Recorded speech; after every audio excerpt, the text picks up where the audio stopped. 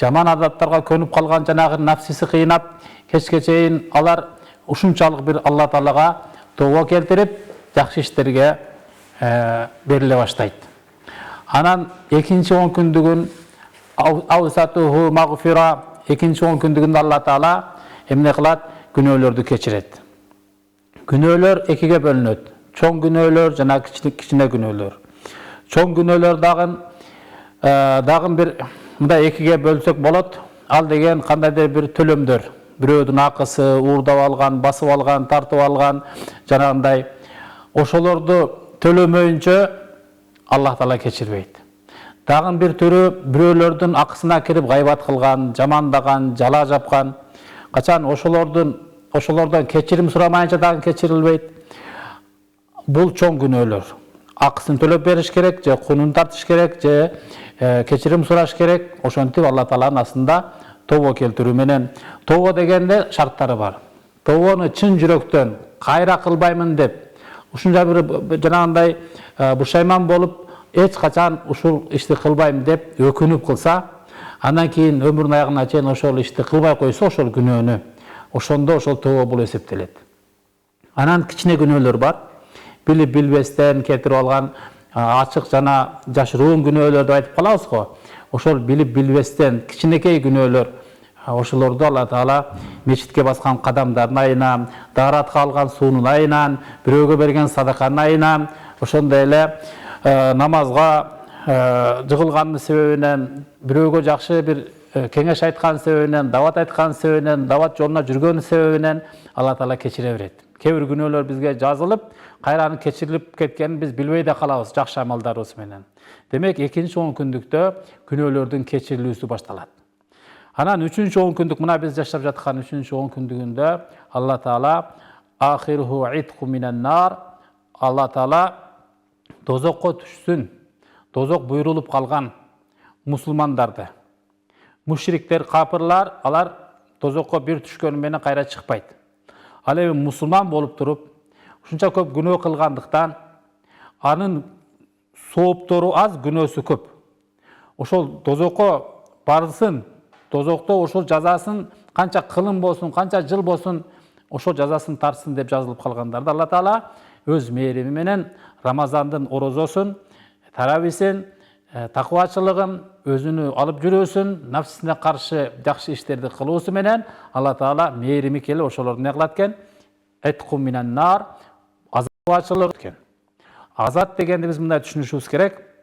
Колго түшүп калган, анан мойнуна алган, сот өкүмү чыгып, анан бардык жазасы айтылган, мынча жылга чейин соттолду деп.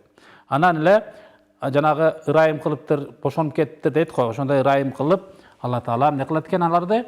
Тозоктон бошотот экен. Мына ушул акыркы 10 күндүгүндө биз албетте Кадыр кечесин тособуз. Урматтуу мусулмандар, Кур'ан-ы Каримде Алла Таала атайын Кадыр түн тууралуу ушундай бир сүрө түшүргөн. Бисмиллахир-рахманир-рахим.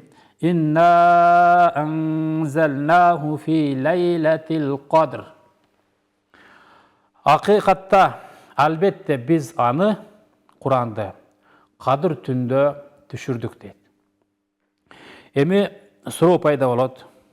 Мухаммед пайгамбарыбыз пайгамбарчылык доору 23 жылга созулду. 40 жашында Икра бисми раббикаллази халак, оку өзүңдүн Раббиңдин аты менен деп периште аят алып келген күндөн пайгамбар болду. Каза болгон күнгө чейин 23 жылда толук Куран пайгамбарыбыздын жашоосуна, сахабалардын жашоосуна, деги эле кыяматка чейин келе турган үммөттөрдүн тарбиясы, жашоо эрежеси болуп 23 жылда Куран түштү.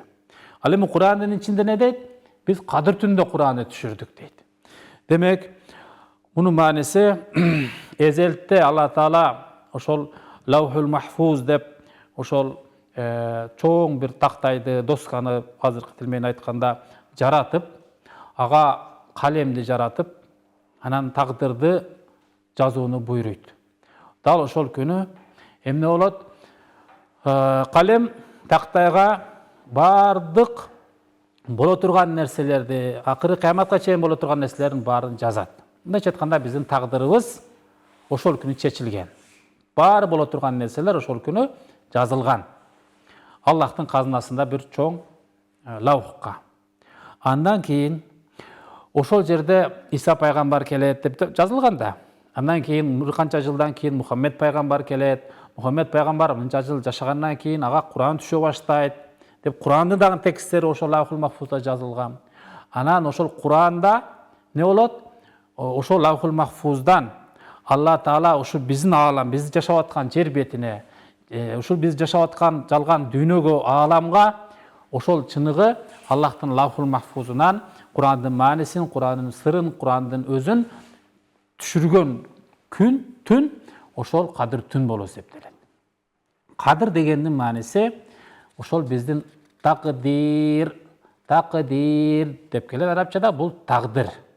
Жана чекеңе жазылганын көрөсүн, чекесине ошол жазылса эмне кылсын, тагдыр экен ушундай болуп калды дейбиз го. Тагдырга моюн сунуу, тагдырда жакшылык, жамандык Аллахтан экенине иман келтирүү бул иманыбыздын бир эмеси, бир түркүктөрүнөн бири. Ага иман келтирбес адам толук мумин болбойт деген сөз. Демек тагдырга эмне жазылган болсо, ошонун баары Аллахтан деп билебиз. Дал ошол Кадыр түндө бир жылдык тагдыр түшөт. Мына бүгүн эртең буюрса жума күнү кечинде 5 апрелден 6 апрелге өткөн түнү Кыргызстан боюнча бардык мечиттерде эмне кылабыз? Кадыр түн тособуз. Кадыр түндө ошол эртеңки күндөн баштап кийинки жылдын Кадыр түнүнө чейинки Аллах Таала биздин тагдырыбызга жазып койгон ырызык, дөөлөт, узун өмүр, бакты таала, иман, ден соолук, кырсык, жашоо, өлүм, бардык боло турган нерселердин тагдыры мына ошол эртең күнү ошол Кадыр түн болсо, ошол күнү түнү түшүрүлөт. Дагы бир мааниси, кадыр дегендин мааниси биз кадимки эле кыргыз тилинде колдонуп жүргөн кадырлуу, барктуу деген маанини дагы билдирет. Демек, кадыр түн тоскон кадырсыз кишини дагы Кадыр түн кадырлуу кылып коет. Бунун мааниси кандай? Эгерде кимде ким Кадыр түндү кадырлап, барктап, ошонун маанисине жетип, ушул Кадыр түн экен деп кадырласа, Кадыр түн аны кадырлайт. Кантип кадырлайт? Бул адам кадыр барктуу болуп калат. Себеби Куранда Алла Таала айтып атат, бул түнү периштелер, жалпы периштелер, бири да калбастан. Малаика деген көптүктүр. Малак деп бир периштени айтат. Малаика деп жалпы периштелерди айтат. Жалпы периштелер асмандан жерге түшөт. Вар-рух жана Жабраил периште түшөт. Жабраил периште менен жалпы периштелер көчөлөрдө, мешиттердин алдындарында, ошол үйлөрдө тосуп отурган адамдар менен мусафаха дейт, кучакташып учурашат дейт. Эми караңыз. Темирчиге жакын барсаңыз түтүн жыттанып каласыз. Атыр саткан досуңуз менен бир аз дүкөндө отурсаңыз, кечке чейин атыр жыттанып жүрөсүз. Дары саткан киши менен жолуксаңыз, дары жыттанып каласыз. Силос жасаган жерге барсаңыз, кечке чейин ошол жемдин жыты келип калат. Демек, чөйрөдө жакын туткан адам, дайым жүргөн адам ошол жердеги таасирленет. Казанга жакын барсаң карасы жугат, жакын барсаң эмнеси жугат, жакшысы жугат дегендей эле Кадыр түндө жер бетинде бир карыш жер калбастан жалпы периштелер түшүп келсе, билесизби периште канча көп? Адам атан дооруда жамгыр жааган болсо, канча нөшөрлөп. Ошол жамгырдын ар бирин бирден периште жерге алып түшкөн. Аллахтын буйругу менен паланчы жерге түшсүн, суудун бетине түшсүн деп. Ошол бир периште, ошол бир жумушту аткарган. Ошол адам атадан баштап азыркыга чейин жана кыяматка чейин канча жаан түшсө, ар бир жаандын тамчысын, кардын тамчысын бирден периште алып түшөт. Бир эле жолу алып түшөт, ошол периште кайрадан экинчи жаан тамчысын алып келүүгө кезек келбейт. Канча периштелер бар, ошол жалаң зикир кылат, дуа кылат, Куран окуйт, арышты көтөрүп турат, жаналгыч периште бар, ырыскы жеткирүүчү периштелер бар, ар бир адам желкесинде 2 периште бар, Ушундай периште аябай көп. Караңыздар. Ошол периштелердин баары жер бетине түшүп келсе, сизге келип кучакташса, сиз дуа кылып отурасыз. Бата кылып отурасыз. кадыр түндө баягы зуурлукка адамдарга тамак берип атасыз же мечитке барып устаздын баянын угуп атасыз. Кандай болбосун ошол кадыр түндүн амалдары менен сиз алексиз. Же каза намаз окуп атасыз, же зикир тартып атасыз. Кыскасы ойгоо болуу. Кама деп коет, тик туруу. Мындайча айтканда ойгоо жүрүү. Кадыр түндө сөзсүз эле мечитке барып чогулуп, аялдар дагы, эркектер дагы 5-6 саат баян угуп отуруп келүү зарыл эмес.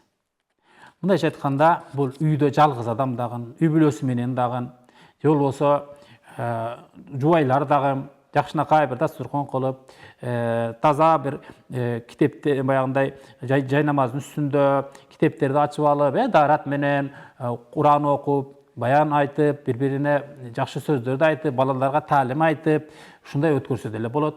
Албетте, Куран окуу, зикир тартуу, анан бата кылуу, ошондой эле таалим кылуу. Ушул 4 нерсе сунушталат. Себеби көп Куран окусаңыз, периштелер сиз менен келип Куран окуса, таалимге отурсаңыз, караңыздар. Таалимге отурганда кандайдыр бир китепти ачып туруп, балдарыңыз келгиле деп төгөрөктөтүп отуруп, анан ошол бир хадисти, аятты, бир макалды, жакшы нерсени окуп атканыңызда, кадыр түн болбосо дагы, орозодон башка күндөр дагы тегеректеп периштелер үймөлчүктөп калат. А эгерде сиз кадыр түндө периштелердин баары жер бетинде майрамдап жүргөндө, баары ушул дарат алып атканды, мечитке баратканды, сеждеде турганды, жана Куран окуп атканды, курма таркатып атканды, баян айтып аткан устаз баарын кучактап жанагындай Алланын берекесин чачып жүргөн кезде китеп окула турган болсо, таалим кылына турган болсо, андан да көбүрөөк периштелерди сиз үйүңүзгө конокко чакырган болосуз, жана периштелердин чөйрөсүндө жүргөн болосуз. Периштелердин чөйрөсүнөн жанагы ар кайсы жака барсаң ар нерсе жугат дегенде 2 нерсе жугат сизге. Биринчиси эмне? Биринчиси жарыктык, нур жугат. Себеби периштенин жынсы, периштенин жаралганы эмне? Алар нурдан жаралган. А биз топурактан жаралганбыз. Эми нурдан жаралган жарыктык, жылуулук, сүйкүмдүү Аллахтын нурлары, периштелери үйүңүзгө келсе, демек үйүңүз жарык болот. Үй мындай физикалык жактан жарык эмес. Үйдө периштелердин таасири калат. Алка таасири эмне? Биринчиден илим алуу ийне менен казган кудук, кудуктун суусу болот, эң бир тунук. Дал ошондой тунук билим алуу үчүн адамга керек болот туруктуулук дегендей. Периштелер бул Аллах Тааланын сөзүн Жабраил алейхиссалам эмне кылды? Пайгамбарыбызга ташыды. Илим менен, билим менен өтө тыгыз байланышы бар. Катчы Аллахтын элчиси Жабраил периште. Ошо пайгамбарыбызга ушул Курандын аяттарын ташыган периште ошол жер бетинде жүргөн болот. Демек ошонун сизге илим жугат. Мындайча айтканда, периштелердин эң жакшы сапаты, экинчи бир сапаты. Биринчиси нур, тазалык. Илим бул нур да. Имам Шафи рахматуллахи алейхи айтат: "Шакауту иля рафи'i су'a хафзи." Мен өзүмдүн устазыма, мен зейним алсыз, жаттай албайм, унутуп кала берем, ушул эч бир эсимде калбайт деп арыздандым дейт устазыма барып. Фа аршадани иля тарки мааси, устазым айтты дейт, бул немени күнөөлөрдү таштагын деп айтты дейт. Fa innal ilma nurun min nuri ilahi, себеби бул илим Аллахтын нурларынан бир нур. Ва нуруllahi la yu'ta li'asi, Аллахтын нуру жүрөгү кара, жанагындай кара мөртөс, сараң күнөөкөргө берилбейт. Жүрөк бул бир чыны сыяктуу болсо, анын ичи эгер таза болсо, ага замзам куясыз, суу куясыз, эмне куйсаңыз дагы пайдаланганга болот. А эгерде жанагы таштанды чака сыяктуу же бир баягындай нажас, жаман бир идиш боло турган болсо, ага эмне куйсаңыз дагы булгап кое берет. Ошондой эле жүрөк таза болсо, ага кандай таалим алсаңыз, ошол сизге пайда берет. Ошон үчүн жүрөк таза болсо деген сөз, күнөөлөрдүн баарын жууп салуу, тобо келтирүү жана андай адаттардан алыс болуу. Демек эмне кылат экенбиз? Периштелердин экинчи бир сапаты илимден бөлөк бул итаат, моюн сунуучу сапаты бар экен. Периштелерди караңыздар. Кадыр түн периштелер менен өтө тыгыз байланыш. Куранда ачык Алла Таала айтты: "Танаzzalul malaika", периштелердин баары жана Жабраил жерге түшөт дейт. Ал эми бул итаат кылууга периштелердин эмне байланышы бар деген суроо болушу мүмкүн. Периштенин жынска бөлүнбөйт. Алар эркек аял болуп бөлүнбөйт. Картайуу, жаш, кыз, келин, жезде бөлөө деген маселе жок аларда. Алар азелден Алла Таала ошол качан жараткан болсо ошондон бери бар, качанга чейин Алла сактаса ошого чейин бар. Булар бир жолу жаралган жана алар дайындалган. Карагыла, периштелер мен кыш какканымды көрөт элем, мен чарчадым, мен айыл калбай калдым деген, же бир бала чака багайын, мен тиги намаз окуп келейин, уктай калайын деген маселе жок аларда. Алар бир нурдан жасалган бир күч, бир нерсеге буйрулган болду. Ал бирөөсү жалаң гана ушул ырыскы жеткирүү менен, бирөөсү жалаң гана сооп жазуу менен, бирөөсү жалаң гана күнөө жазуу менен, бирөөсү жалаң гана ушул адамдарга жакшы бата тилек берүү менен сактоочу жана башка. Мындайча айтканда периштелер булар не Аллах Тааланын итаатынан, баягы Аллахка моюн сунуунан бир көз илмем дагы өзүнүн нафсисине кетип калбайт. Себеби нафсиси азгырбайт аларды, шайтан азгырбайт аларды. Алардын башка көйгөйү жок, уйку келбейт, курсак ачпайт дегендей да. Алар бир күч ушул нерсени буйрулган болду. Ошондон бөлөк иш кылбайт, өмүр бою кылбайт, түбөлүк кылбайт, бир гана иш кылат. Демек, периштелер ошончо көп келе турган болсо, демек алардан бизге таасир ата баласына, баласы атасына, күйөөсүнө, кайнатасына, кошунасына, бийликке, жанагындай бийлерибизге, муфтийибизге, падышага моюн сунуу, итаатчылык, ошого жакшы бир сыпат келет, момундук сыпат келет. Ошон үчүн кадыр түндө урматтуу достор, ар дайым эмне болот? Ошол Алла Тааланын берекеси жаайт. Эми караңыздар. وَمَا أَدْرَاكَ مَا لَيْلَةُ الْقَدْرِ. О Мухаммед, пайгамбарыбызга Алла Таала айтып атат. Кадыр түнүнүн эмне экенин билесиңби? Кадыр түн эмне экенин билесиңби? Ал түн, кадыр түн 1000 айдан артыгыраак. Караңыздар. Алла Тааланын пайгамбарыбызга кадыр түнүнүн улуу экенин, берекелүү экенин, өтө маанилүү экенин байкатуу үчүн ушундай бир таризде суроо берип атат. Сен бул кадыр түнүн эмне экенин билесиңби өзү? Ушундай тариз биз дайым колдонобуз, качан текебирленгенде, качан бир мактанганда, өтө бир каршыбызда турган адамга таасир келтирүүдө ушундай тариз колдонобуз, ушундай суроо менен. Мындай дейбиз да. Сен мен ким экенин билесиңби өзү? Же болбосо мындай дейбиз. Мен байкем ким экенин билесиңби? Мен кайсы жерден экенин билесиңби? Мен артында ким турганын билесиңби? Десең, наркы адам ойдо калат да, бул ким экен? Бул артында ким турат экен? Бул кайсы күчтүү өлкөнүн адамы экен? Бул кайсы байдын, муфтийнин, аалымдын, кимдин баласы экен деген ойдо калат да. Анан айтасың, мен баланчымын деп айтасың. Алла Таала Кур'ан-ы Каримде Алла Таала пайгамбарыбызга айтат, Мухаммед, сен кадыр түн эмне экенин билесиңби? Кандай нерсе экен? Кадыр түн 1000 айдан жакшыраак экен. Алла Таала таризди караңыз, түшүндүрүүнүн таризин. 1000 айдан жакшыраак. Жакшыраак сөзгө маани бериңиз. Караңыз. 1000 ай бул болбоду дегенде бар. 1000 айдын сообу бул кадыр түндө бар. Анан жакшыраак деген анан артыгы менен, ашыгы менен. Мисал үчүн, бир баладан мен чоңураак экенмин десеңиз да, демек ал кичине экен. Демек ал 10 жашар болсо, сиз 20 жашар жашта болсоңуз, демек сиз андан 2 эсе көп жашагансыз. Эгер сиз 30 жашта болсоңуз, ал бала 10 жашта болсо 3 эсе көпсүз. Ошондой эле 1000 ай бул башталгыч.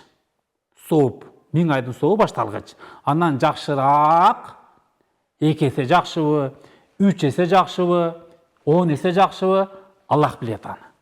Көрдүңүзбү? Кадыр түндүн Аллахтын астында бенделерге берилген бул өтө улуу түн.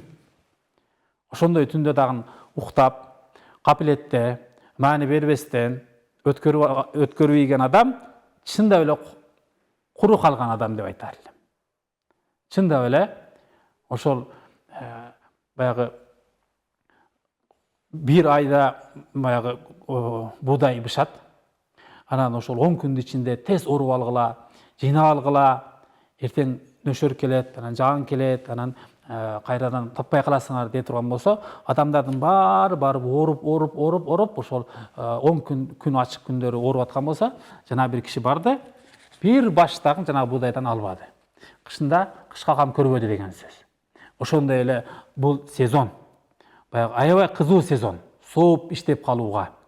Караңыздар. Негизи бул Кадыр түн Рамазан айында кайсы бир түнү болуусу нак Алла тараптан белгиленген, бул анык, ачык, айкын нерсе. Бар бул Кадыр түн. Биринчи түндөн баштап акыркы 29-30 түнгө чейин бир түн Кадыр түн. Күнүгө уктабастан, эми шарты ушундай туура келген адам күндүзү 3-4 саат, 5 саат, 6 саат уктаса, түндү уктабай тосуп чыкса, 30 күн бою ошол киши даана Кадыр түндү табат. Ал эми андай кыла албагандар үчүн негизи пайгамбарыбыз ошол орозонун акыркы 10 күнүндө не кылды? Эйтикафка отурду. Эйтикаф деген маселе бул мечитте дүйнө иштеринен, үйдүн иштеринен баарынан үзүлүп, азык оокатын алып барып алып, ибадат кылып, Кудайга табынып, сыйынып жашоо. Мечитте дават болсо даватка катышып, талим болсо талимге катышып, азан айтып, дарат алып, ошол Куран окуп, мечиттин амалдарына катышып, сыртка чыгып соода кылып кетпестен, сыртка чыгып башка иштер менен алек болбостон, мечиттин төгөрөгүндө, мечиттин ичинде жашоо 10 күн бою. Уйкусу дагы ошол жерде болот, башкасы да ошол жерде болот. Ошондой 10 күн ниет кылып, сүннөт амал ошол мечитте иттикаф. Пайгамбарыбыз иттикафка отурду. Анан бир күн бир аз жаан жаады. Анан пайгамбарыбыз не кылды? Ошол Алла Таала билдирди. Кадыр түн кайсы орозонун, Рамазан айынын кайсы түн экенин даана пайгамбарыбызга аян кылды, билдирди. Анан пайгамбарыбыз ошону сүйүнгөн бойдон үммөттөрүмө айтайын, сахабаларыма айтайын деп чыгып баратса, түрктөрдүн чатыр деп коет го, Түркиядан келген чатыр ошол кезде дагы болгон экен, ошондон чыкты дагы баратса, эмне дейт? Эки сахаба бири-бири менен бир аз өктөм сөздөр менен айтышып, урушуп, кыжылдашып аткан экен да. Пайгамбар аларды көрүп аябай кыжалат болуп кетти. Мен тирүү болуп туруп, дин ислам ушулардын көзүнчө түшүп туруп, ушунчалык бир алтын доордо жашап туруп, Куран түшүп аткан күнү, орозонун күнү, Кадыр түнүнүн күнү, ошол Кадыр түнүнүн белгисин мен айтайын деп барасам, эки мусулман капилетте калып бири-бирин менен катуу сүйлөшүп, урушуп атат деген кыжалатчылыкта унуттурулуп калды дейт. Унутуп калды пайгамбарыбыз. Анан Алла Таала эмеси сыр илимине кирди бул. Жума күнү бир убакыт бар. Кайсы убакыт экени белгисиз, бирок ошол убакытты таап дуа кылсаң сөзсүз кабыл болот. Ошондой эле Рамазандын ичинде бир түн бар, ал Кадыр түн, аны ким тапканга гана насип болот дегендей. Ошондой сыр илимдерге кошулуп, анан Кадыр түндү так түндөрдө издегиле деди. Так түндөр демекчи, биз эртең 26 орозо күнүнөн 27 орозо күнүнө өткөн түндү Кадыр түн деп биз не кылабыз? Ошол күнү күтөбүз. Мындай караганда 26 бул жупсан, 27ге өткөн кандай болуп калат деп кээ бирөөлөр түшүнбөстөн сурайт да. Негизи исламда түн биринчи жүрөт. Куранда көп жерде Алла Таала түн күн деп түндү биринчи айтат. Лайла ва нахара инни дауту кауми лайла ва нахара. Нух алейхиссалам Алла Таалага айтты, мен ушул коомумду түнү күнү даават кылдым деп. Жана башка көп мисалдар бар. Демек Куранда биринчи түн деп айтылат, андан кийин күн деп айтылат. Демек мына азыр биз 4-чү күндүн түнү биздин түшүнүгүбүз боюнча ошондойдо жашап атабыз, азыр турабыз. Бирок бул түн эртеңки жума күндүн түнү.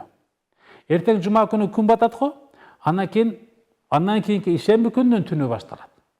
Демек 26-сы күн баткандан кийин биринчи түн келет, 27-нин түнү келет. Ошол түндү биз не кылабыз? Кадыр түн деп эсептеп эметебиз, тособуз. Анан акыркы орозонун акыркы күнү не үчүн таравih окулбайт деп да сурап калышат да. Демек ал түн Рамазандын түнү эмес.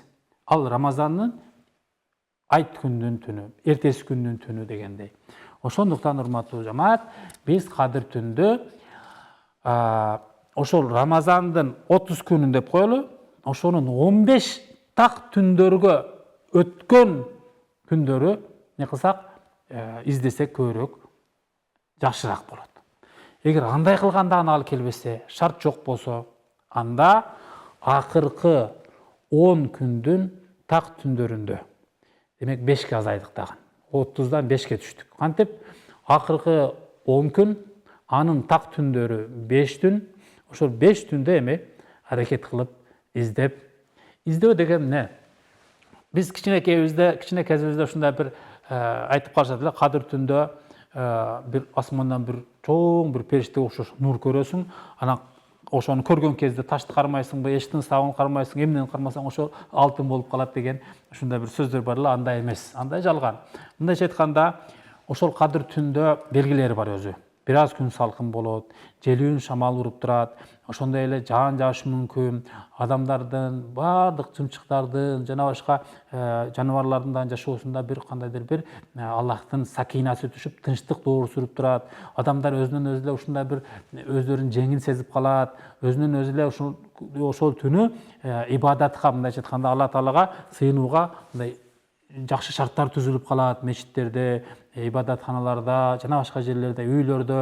Демек, Аллахтын кандайдыр бир саламаттыгы, рахаты, баягындай Аллахтын берекеси жаап турган түн болот. Аны ошол пайгамбарыбыз дагы чекелери ылай болуп калды. Себеби жай намаз жок эле, камыш жок эле, таш жок эле брусчатка. Пайгамбарыбыз чекеси жерге тийгенде ошол топурак бир аз жаамга жаап ылай болуп калганын дагы айтышкан. Пайгамбарыбыз Кадыр түнү тоскондо чекеси эмне болду? Ылай болуп калган деп. Демек, бир аз салкын жана жаандуу түн болгон экен. Ошондуктан урматтуу жамаат, Кадыр түн бул Аллах Тааланын бизге берген чоң неаматы. Танаzzalul malaika. Бул 1000 ай деген 83 жылдан ашыгыраак. Негизи мындай болгондо, пайгамбарыбыз ошол мурдагы бир үммөттөрдү айткан сахабаларга не деген, алар ошо 80 жыл бою Аллахтын жолунда күрөшүп, дин жеткирип, кала берсе согушуп, жихад кылып, каза болуп, шейит болушкан. 80 жыл бир чыккан баягы эмеде жүрүш, казатта жүрүшкөн деп. Анан сахабалар айтышты: Алланын элчиси, сиз өзүңүз айтасыз, теги 60 менен 70-тин ортосунда менин үммөтүмдүн жалпы жашоосу. Ал 80 жыл алар жихад кылды деген сөз, алар балагатка жетип, ошол баатыр болгонго чейин да бир 100 жыл жашаган болуш керек. Андан кийин ошол кызмат өтөгөн, Алланын жолуга чыккан жылдары 80 болуш керек. Демек, ага чейин да бир канча жыл жашады. Ошончо көп жашаса, ошончо көп намаздарды окуса, ошончо көп ибадаттарды кылса, ошончо көп Алланын жолуда көп сооп алып, биз аларга кантип жетебиз?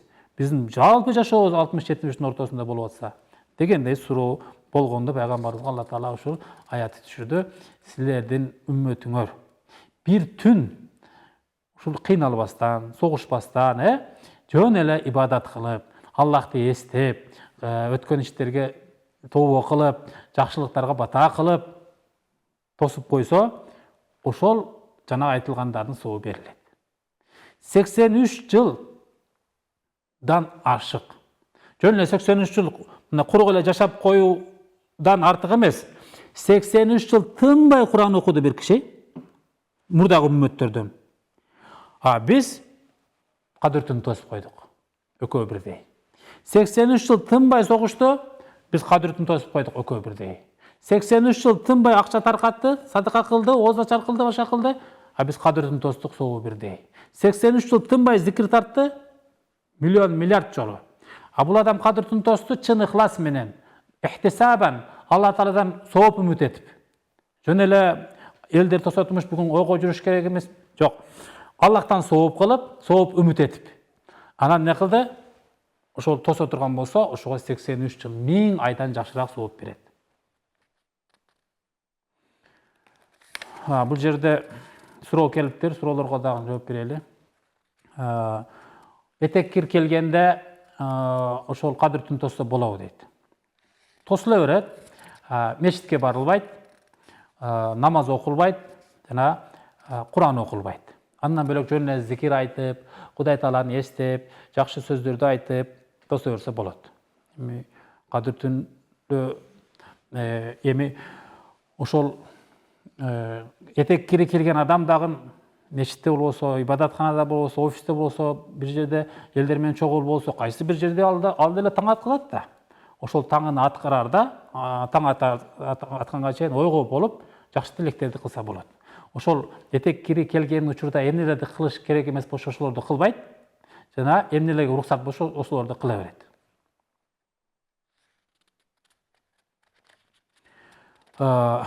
Орозо питир киши башына канча дейт? Киши башына азыр ошол муфтияттын чыгарган эмелери бар. Арпадан, буудайдан, мейизден, курмадан ошол календарларга кошулуп айтылып жүрөт. Ошол жерден көрүп алып, ошолорго амал кылыңыз.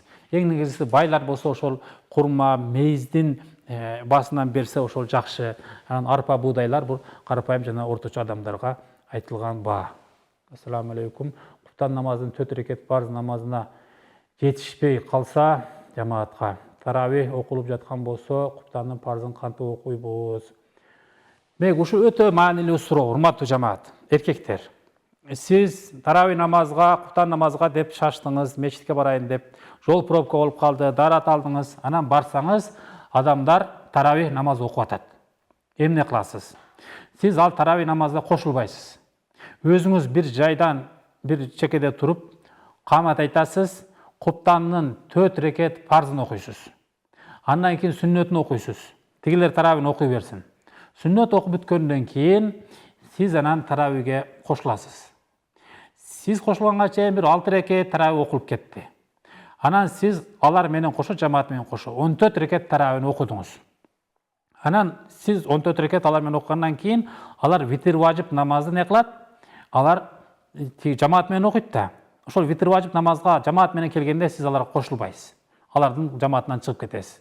Сиз жана жетишпей калган 6 рекет таравихин бүтүрөсүз. Өзүңүз жалгыз витир важип намазды окуйсуз, салам берип ошондо бүтүрөсүз. Эң туура жооп ушул. Ассаламу алейкум. Түшкө бул дүйнөдөн өтүп кеткен киши кирсе эмне болот? Рахмат. Түшкө бул дүйнөдөн өтүп кеткен киши кирсе эч кандай коркунуч жок. Кээ бирөөлөр мени чакырды, анан мени жетелеп жүрүптүр, анан мен ал менен кошо жүрдүм, өлөмбү деп да коркуп алгандар бар да. Түшкө эмне гана кирбейт? Түшкө өлгөн адам кирсе, жана түшүндө адам өзү өлсө, же түштө адам кыямат кайымды көрүп аткан болсо, ошол өлүмгө ишенген, жүрөгүндө өлүмгө ишеним бар. Жүрөгүндө кыяматка ишеним бар деген маани билдирет. Демек, бул жакшы нерсе. Өлүмдү, өлгөн адамды, кыямат кайымды көргөн, түштө көргөн. Ал эми түшкө мусулман адам кирсе, жакшы адам кирсе, туугандар кирсе, албетте алардын артынан жакшы Куран окуп бата кылып, садака берип коюш керек. Ассаламу алейкум, устаз. Зикирди 2 кол менен тарса болобу? Сол кол менен да зикир тарса, акыретте сол кол дарынат экен деп уктум. Жок, зикир кылуу үчүн бул колду же жанагы электронный теспи, мындай теспи алар шарт эмес. Зикир негизи, зикир деген сөз бул адам жүрөк менен Аллахты эстөө.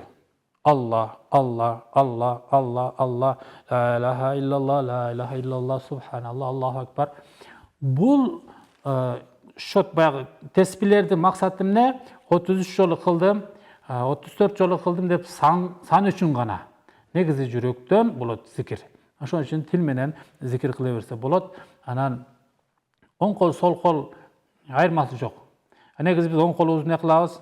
Баягы тамак жейбиз, жүзүбүздү жуабыз. Даратта болсо, даратканага киргенде сол колду иштетебиз. Ошондуктан эми ыңгайлуурагы оң кол. Оң кол менен же теспи менен кылба дебейбиз. Теспи менен дагы, электронный менен дагы, манжаңыз менен дагы зикир кыла бериңиз. Бирок сөзсүз ушул колуң менен гана кылсаң сооп болот. Же оң кол менен сооп көп, сол кол менен сооп аз. Же болбосо Меккеден келген теспиде сооп көп, кытайскийде сооп аз деген маселе жок. Ошону айтайын деген. Жүрөк менен айтылат зикир. Дамла, азыр университеттерде кредит деген нерсе кирип калды дейт. Сабагым бүтпөсө, кредит төлөп анан кайра окуйсуң, арам болуп калбайбы бул акча дейт. Албетте кредиттин бардык түрү арам. анан арамыраак, бир аз арам же болбосо арамга жакын деген маселе жок. Арам деген чектен өттү, баары арам. Ошондуктан окуу, таалим мунун баары адал жол менен болуш керек. Ассаламу алейкум. Күйөөм иштейт. Кудайга шүгүр жетиштүү. Бирок мен дагы иштесем болобу? Албетте аялдарга иштөөгө милдеттүү эмес. Аял киши бир тыйын акча таап, ошо баламды, өзүмдү же күйөөмдү багайын дегенге милдеттүү эмес. Чын-чынында. Ал эми качан эркек киши иштеп таап аткан болсо, каражат баары жетишерлик, баары жайында, мындай учурда аял киши баягы балдарын тарбиялап, үйүн тазалыкка кармап, күйөөсүн жакшы мамиле кылып, үйдөгү атмосфера, үйдөгү баардык жылуулукту шартты түзүп отурган эң жакшы. Ал эми качан аялынын колунан келет, эмне үйдө бир нерсе тиге калат, же садикте балдарга таалим бере алат, же болбосо кандайдыр бир китеп жаза алат, бир нерсе которо алат, тилмеч, же болбосо бир нерсе бышырып сата алат. Эркектер менен көп мындай аралашпаган, эркектерден алыс, жалаң аялдардын чөйрөсү, мугалим мисалга ошондой болуп иштесе, ага уруксат. Уруксат деген сөз милдеттүү деген нерсе эмес. Мындайча айтканда, сапарда жүргөн адамга оозду ачып алуу уруксат. Уруксат не? Кааласаң ач, кааласаң тут деген сөз да. Милдет эмес, сөзсүз ач деген маани эмес да. Ошондой эле аял кишиге дагы акча табуу милдет эмес, уруксат. Кааласа табат, кааласа таппайт. Анан аялдын өзүнүн малы мүлкү болот. Кээ бир адамдар түшүнөт экен, аялдын малы мүлкү болбойт. Күйөөгө чыккандан кийин анын тапканы баардыгы эркек кишиники деп. Жок. Аялдын атасы каза болсо, ошонун мурасын алса өзүнүкү болот. Аялга бирөө белек берсе, ал өзүнүкү болот. Аялга баласы каза болуп, баласынан мурас тийсе, ал өзүнүкү болот. Аял өзү иштеп тапса, ал дагы өзүнүкү болот. Эң негизи аялдын эң негизи малы мүлкү күйөөсү берген калың, баягы мехир деп коебуз. Мехир калың бир нерсе. Кыргызча калың, арабча мехир. Ошол өзүнүн мүлкү болот. Эгерде ошол калыңды алып, сактап жүргөн болсо, же пайдаланып көбөйтүп алган болсо, ошол аялдын өзүнүн малы мүлкү болот. Ассаламу алейкум. Кадыр түндө 2 рекеттен намаз окуганга болот дейт.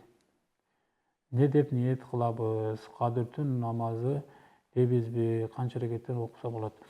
Атайын кадыр түн намаз деген дайындалган бир атайын намаз жок, урматтуу туугандар. Кадыр түндө кадимкидей эле шам намазын окуйбуз оз ачардан кийин, анан куфтан, таравих, витр важып намаздарын окуйбуз. Андан кийин баян, зикир, дуа, ошол амалдардын баарын кыла беребиз.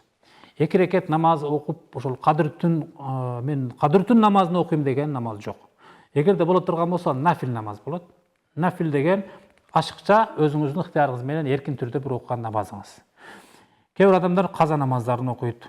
Каза намаздары дагы 83 жылдын сообу болот экен. Демек 83 жылдык казаны толуктап коет экен деген түшүнүк болбош керек. Демек кадыр түндө 83 жылдык сооп болот. Мен 83 жыл каза намазым бар. Бир күндүк казаларды окуп койсом 83 жылга жүрүп калат, төлөнүп калат деген маани эмес. Кадыр түндө бир кылынган амалдын сообу 83 жылдык болушу мүмкүн, 1000 айлык болушу мүмкүн. Бирок жүрүүсү мындай эсептелиши анчага жүрбөйт. Bir adam Mekke'ye barıp bir жолу namaz okusam 100.000 soğuk eкен. 100.000 kazam toluktap aldım dep düşünböş gerek. Bir ele o namazdın koozdугу, sapatı, tazalığı, жылтырактыгы аябай сонун болуп кетет. Кадыр түндө ажыда кылган нерселердин. Бирок ушул нерсе, мушу суу биякта да 100 стаканга толуп калбайт. Мына ушул эле баасы өсүп кетет деген сөз. Ошондой эле кадыр түндө каза намаз окуңуз, тахажжуд намаз окуңуз, кажет намаз окуңуз. Кажет намаз жанагы Алла Тааладан кандайдыр бир зарылчылык болгондо сурай турган намаз. Ошондой эле сапарга чыксаңыз, сапар намаз окуңуз. Кыскасы, кандай намаз болсо окуй бериңиз, атайын кадыр түн намазы деген жок. Ассаламу алейкум устаз.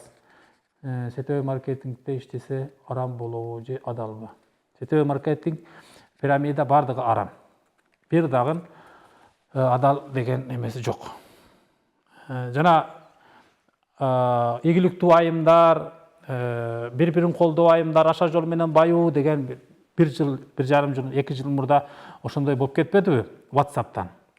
WhatsAppка кірсең 100 айымды қошып алған, 300 сом қошосың, саға 3000 сом қылып қайтарып беремін дейді. Ошоны мен видео арқылы қайрылып, қату тұрып, ошол нерселер көп иши токтоду, чара көрүлдү, камалды төлөдү дегендей. Ошонун башында мен турдум деп мактанып айта алам.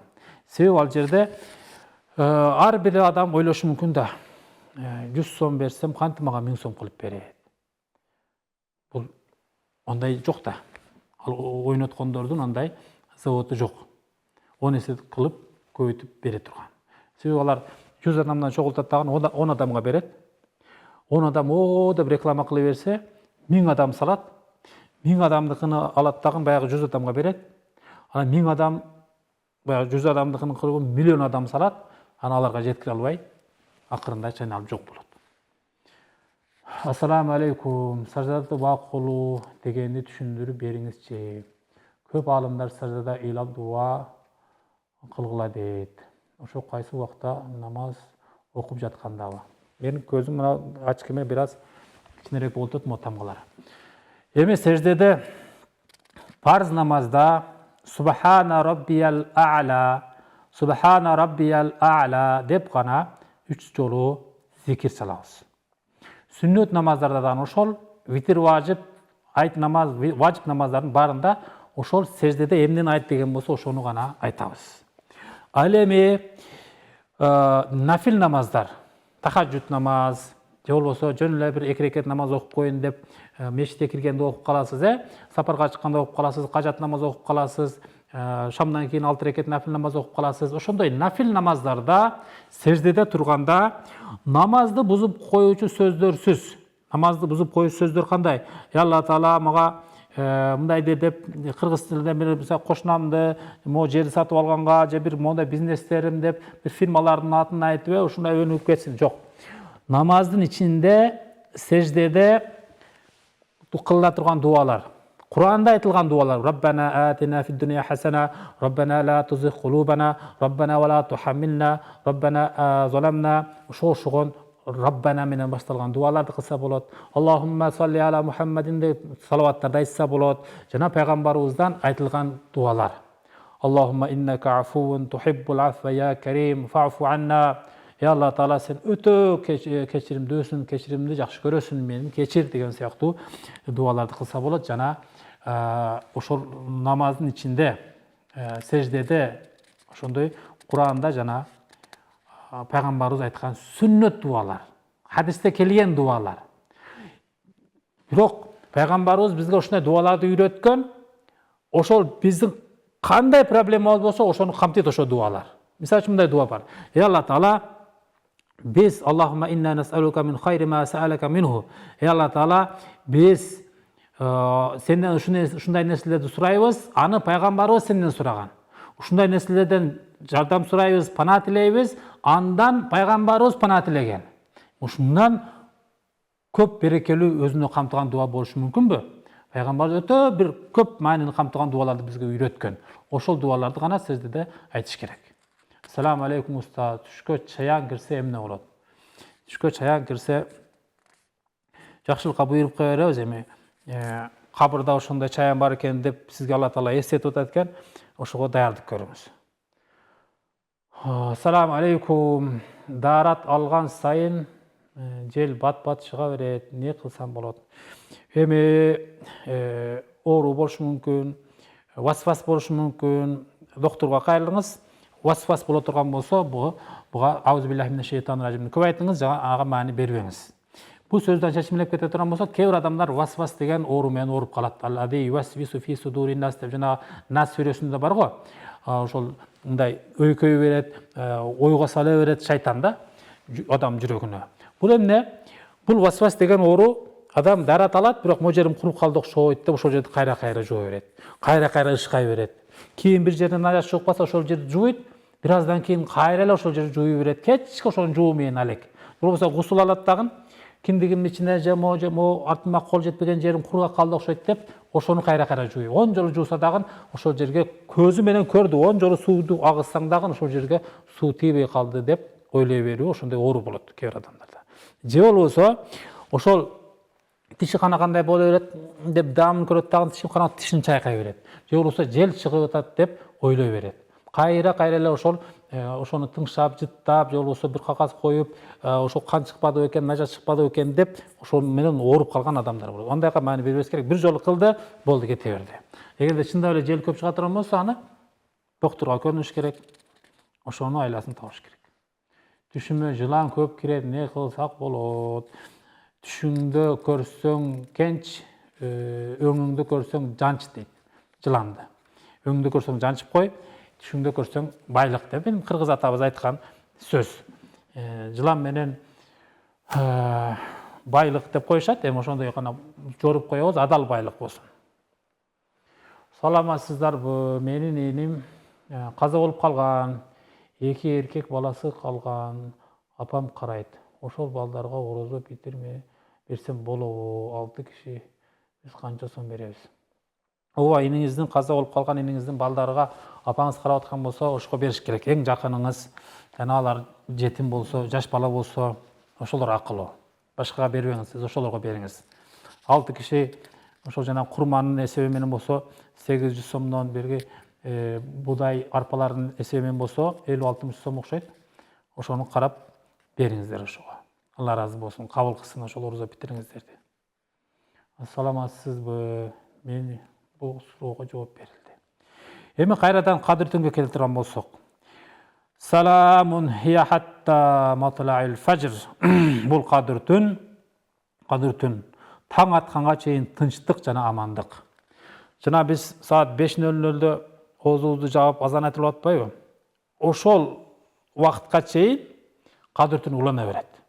Таң атты, периштелер көтөрүлүп, жанагы Аллахтын тынчтыгы, амандыгы баары Кадыр түн болуп эсептелбейт. Кадыр түнү менен ошол периштелердин курчоосунда жана Аллах Таала салам жана аманаттык жаадырып турган түн болуп эсептелет. Орозо битирди бергени адам таппаса, дамлаларга берсе да болобу. Дамлаларга берсе да болот, бирок дамлалардын ошол шарты туура келиш керек. Мындайча айтканда, мискин деп коет, бир күндүк оокаты бар. Факир деп коет, бир күндүк дагы оокаты жок, же болбосо мустар деп коет, баягындай кырсыкка учурап калган адам. Мисалы үчүн ден соолугу жакшы, аброю жакшы, достору дагы бар, бирок ушундай бир кырсык болуп үйүп кетти, же болбосо ошол бөйрөгүн алмаштыра албай жүрөт, же болбосо өпкөсүн алмаштыра, баягы боорун алмаштыра албай жүрөт, же карызга батып камалып кетти, ушундай бир жала жабылып кетти, ушундай бир кырсыкка капталып, өтө муктаж болуп калган адамга дагы берсе болот көңүлдөн чыгар. Эң негизгиси ошол. Эми мечитке берүү дагы зарыл эмес. Ар бир эле айылда тааныбыз да, айылыбызда 10 көчө буякты карасаңыз эле ошол жерден эле бир муктаж адам сөзсүз табылат. Сиз аны 40 жылдан бери, 50 жылдан бери билесиз. Бала чакасынын эмесин тарыхын билесиз, ата бабасынын тарыхын билесиз. Эмне тоогу барбы, жумурткасы барбы, кой сүтү барбы билесиз. Ошондой билгениңизге көңүлүңүз ток, 100% ушул адам муктаж деген адамга берип коюңуз. Жана азыркы күнү андай табылбай калышы мүмкүн эмес муктаж адам. Интернетте азыр жайнады мындай муктаж адамдар. Ошолордун бирөөсүн эң багына салып ийиңиз. Саламатсызбы? Мен замзам сууну көбөйтүп, бокалашкаларга куюп койгом. 3 ай болду. Эскирбейби? Замзам иче берсек болот. Замзамды иче берсеңиз болот. Замзамдын эскирбейт деп айтышат. Анан үстүнө куюп кое бериңиз, көбөйө берсин. Алланын берекеси менен замзам ошентип уютулат, көбөйтүлөт деп айтышат. Өкөл алса орозо бузулабы? Өкөлдүн 2 түрү бар. Эгерде венага куюп витамин түз эле ашказанга же мээге барып азык болсо, таасир болсо, мисалы үчүн мээге барып дары болсо, же ашказанга балып жанагы глюкоза болуп, даана ашказандын ошол тамак жегендин ролун ойноп ашказандын проблемасын чечсе, анда эме болуп калат, ачылып калат. Ал эми тамырга куйса, же мындай этке эле, денеге эле куйган өкөлдөр ошол ашказанга же мээге барбай эле, местный эле ошол жерден эле этине же бир башка клеткаларга кете турган болсо, ашказан менен мээге барбастан эле андай өкөлдөр жана асма өкөлдөр ачпайт. Ва ахиру давана алхамдулиллахи раббил аламин. Биздин убактыбыз болуп калды окшойт. Урматтуу мусулмандар, Barыңыздарга, көңүл бурганыңыздарга чоң рахмат. Аллах Таала динибизге, жерибизге, элибизге, экономикабызга береке берсин. Аллах Таала бакубат өмүр берсин, тынчтык болсун. Барыңыздарга ушул кирип келе жаткан эртеңки кадыр түнүңүздөр жана ороза айтыңыздар. Барыңыздарга берекелүү болсун. Кылган дуаңыздар, тилектериңиздер кабыл болсун. Колдон келишинче берген суроолоруңузга жооп бердик. Катасы кемчилик болсо Алла Таала кечирсин, бизди кечириңиздер. Туурасы болсо баарыбызга ошого амал кылууга товфик берген болсун. Ассаламу алейкум ва рахматуллахи ва баракатух.